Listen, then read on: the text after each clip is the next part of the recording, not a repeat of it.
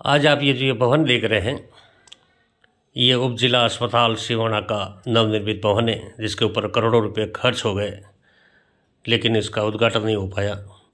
पूर्ववर्ती सरकार, जो कांग्रेस की सरकार थी, उस समय इस भवन का काम लगभग पूर्ण हो गया था, और वर्तमान की जो सरकार है, इसको भी 1 साल हो गए, मगर अभी तक इस भवन का उद्घाटन नहीं हुआ। कारण तो सैकड़ों हो सकते हैं बताने के लिए, मगर जनता के लिए कोई कारण नहीं होना चाहिए। जनता को सुविधा मिलनी चाहिए, लेकिन मिल नहीं पा रही है। और विधायक जी को ये तीसरा टर्म है, तीसरे टर्म में भी जनता को जो सुविधा नहीं मिल रही है, तो जनता क्या समझेगी। मैं तो विधायक साहब से एक ही निवेदन करूंगा कि समय रहते इस भवन का उद्घाटन करवाइए एवं डॉक्टरों की व्यवस्था करवाइए।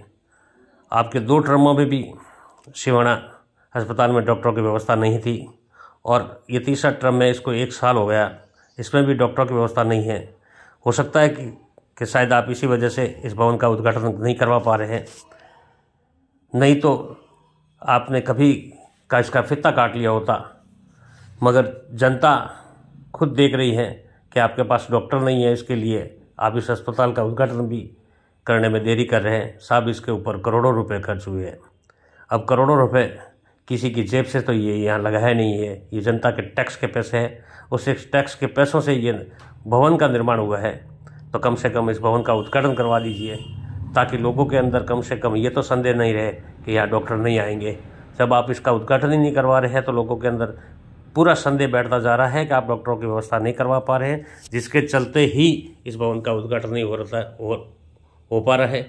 तो मैं तो एक बार फिर पुनः सिवाना विधायक श्रीमान हमीर सिंह जी बैल साहब से निवेदन करना चाहूँगा इस खबर के माध्यम से कि कम से कम इस भवन का उद्घाटन करवा दीजिए, और हो सके तो 2-4 डॉक्टरों की व्यवस्था करवा दीजिए, ताकि ये सिवाना की भोली भाली जनता जो आपके ऊपर लगातार विश्वास कर रही है, इनका विश्वास कायम रहे।